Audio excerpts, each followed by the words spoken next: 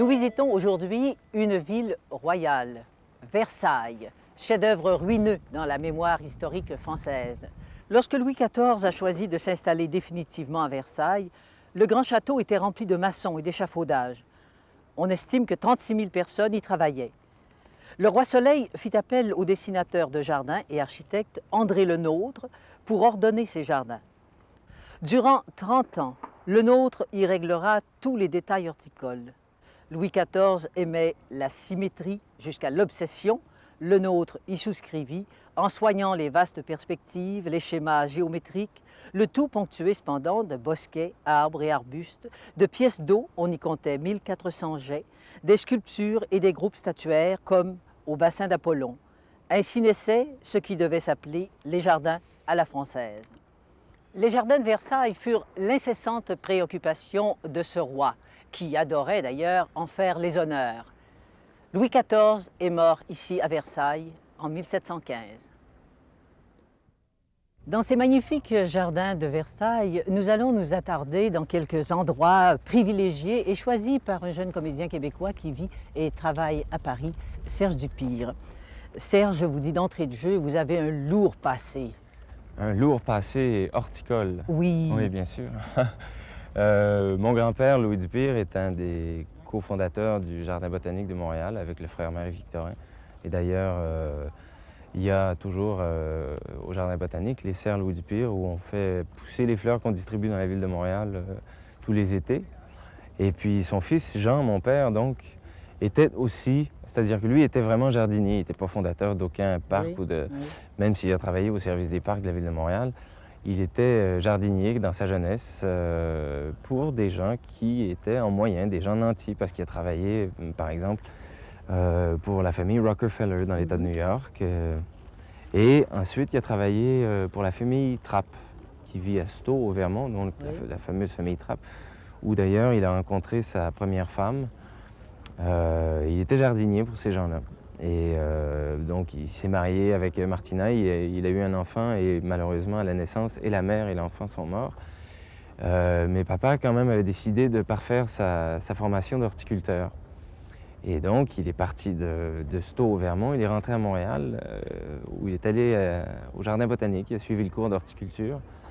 Et apparemment, il était très bon parce qu'il a gagné le premier prix à la fin de l'année. Et le premier prix, c'était un voyage pour aller étudier l'horticulture ailleurs dans le monde. Et cette année-là, son prix devait l'amener à Versailles. Ah, il y a une continuité dans la famille. Oui, exactement. Il y a une école d'horticulture ici, juste à côté du château, à côté du parc. Donc, évidemment, le parc est l'atelier idéal pour Oui, tout je jardinier. comprends. Mais malheureusement, au moment où il a gagné son prix, il a rencontré maman. Ah, bon. Et comme il a rencontré maman, il a décidé de donner son prix au deuxième prix. Et puis lui, il est resté à Montréal et puis il a semé d'une autre manière. Il a récolté d'autres sortes de fleurs. Alors aujourd'hui, son fils se retrouve cependant très fréquemment dans les jardins de Versailles. Ben oui, d'où la continuité, parce Oui. que bon, depuis que je suis arrivé en France, on s'est installé ici dans la région. On n'est pas très loin de Paris et surtout, comme on a eu un enfant, notre but principal était de l'élever à l'air pur. Et quoi de plus pur que l'air du parc de Versailles? Parce qu'il faut savoir que c'est un parc qui est énorme. Il y a une partie sauvage, il y a une partie évidemment qui est beaucoup plus civilisée, si on veut, où il y a les jardins à la française, où il y a l'orangerie, où enfin Oui. les bassins et les fontaines.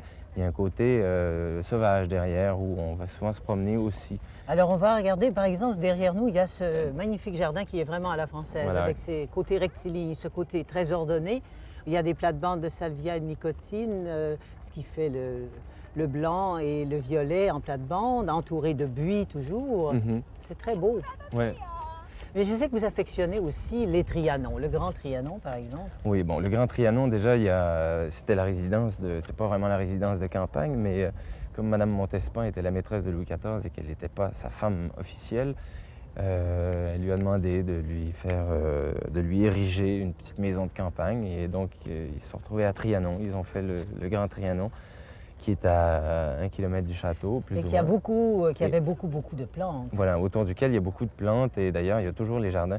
Et même qu'à l'époque, des fois, il y avait tellement de fleurs. Je sais qu'à un moment, il y avait 26 000 plants de fleurs que quand il y avait les canicules et que c'était très très chaud, il y avait tellement de parfums, c'était tellement lourd l'atmosphère qu'ils étaient obligés de quitter Trianon et de rentrer dans les appartements du château de Versailles.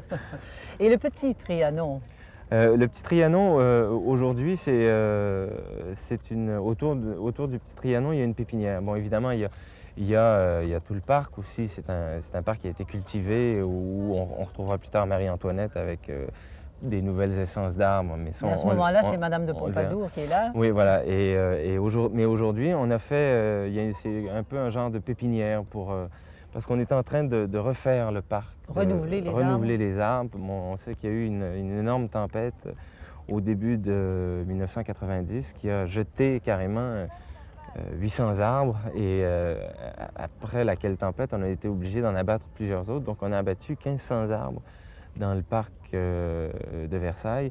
Et malheureusement, là-dessus, il y avait quelques éléments uniques en Europe que Marie-Antoinette avait aussi fait venir parce qu'elle prônait le retour à la nature, comme Jean-Jacques Rousseau. Oui. Alors, il y a le potager aussi de Quintigny, là, qui date ça qui est de quand l'autre même. côté, Oui. ça fait aussi partie de l'école d'horticulture. Ça, on peut le visiter quelques fois dans l'année, parce qu'il y a des gens qui y travaillent régulièrement. C'est une école, donc c'est pas toujours ouvert au public, mais c'est intéressant aussi. Mais pour vous, c'est important, cette proximité, donc, des jardins, et en particulier de très beaux jardins à la française. Mais voilà, et ce qu'on voulait d'abord quand on a eu notre enfant, on voulait l'élever, pas à la campagne, mais au moins à l'air pur. Ici, dans le parc, c'est vraiment extraordinaire parce que l'air est pur, c'est vraiment, il y a des endroits où c'est sauvage. Donc on va se promener, on va faire des pique-niques. On a appris à identifier plus ou moins les bassins, les différents parcs, Trianon, le hameau de la Reine et tout ça. Oui, oui. Et est-ce que, dites-moi, vous avez fait Formule 1 et vous êtes passé pour un sportif. Est-ce que vous êtes encore sportif ou si vous vous contentez de la marche dans le parc? Ben, la marche dans le parc, déjà, ça nous tient comme on marche plusieurs kilomètres. On marche tous les jours au moins 5 ou 6 kilomètres. Enfin, tous les jours, on y va. Moi, je n'y vais pas tous les jours, malheureusement, mais je sais que Thomas y va avec son tricycle. Et moi, Oui, j'essaie de me garder en forme. Je vais bientôt refaire du karaté parce que c'est la meilleure activité pour un acteur, à mon avis, et pour le mental et pour le physique. Bon. Mais je considère que la marche dans le parc de Versailles, c'est un exercice merveilleux. Et pour les yeux, c'est très plaisant. Ah ben oui, bien sûr. Oui. Alors, on va se retrouver tout à l'heure, Serge.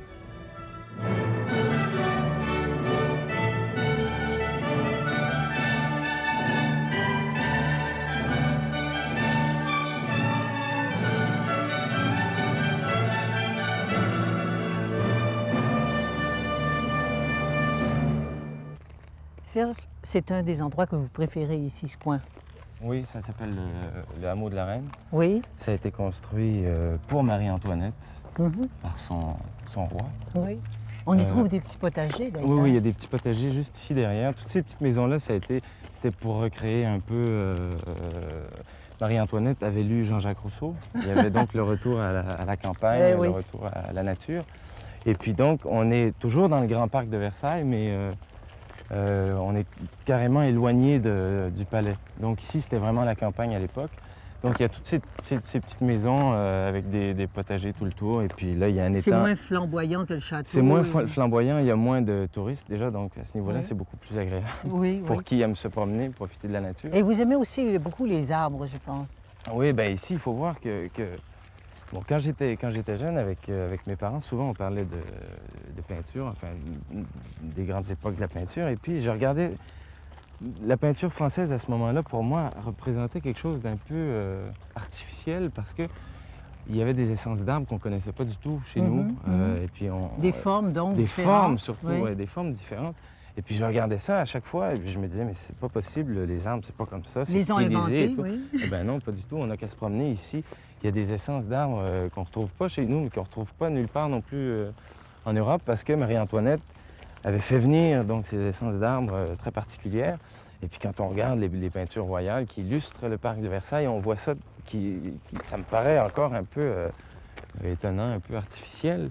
Mais c'est pas artificiel, ça existe, il y en a partout ici autour. Oui, oui. Et puis c'est sympathique aussi parce que l'étang artificiel, il y a des carpes qui, certains prétendent qu'elles étaient là à l'époque des rois de France. Difficile à C'est croire. un hein. peu difficile à croire, mais Oui. il y a des carpes qui sont centenaires, il y a des canards, et tout. Ouais. C'est vraiment très, très agréable. Ben, on va s'arrêter ici un moment, puis on va se retrouver pour la fin. D'accord.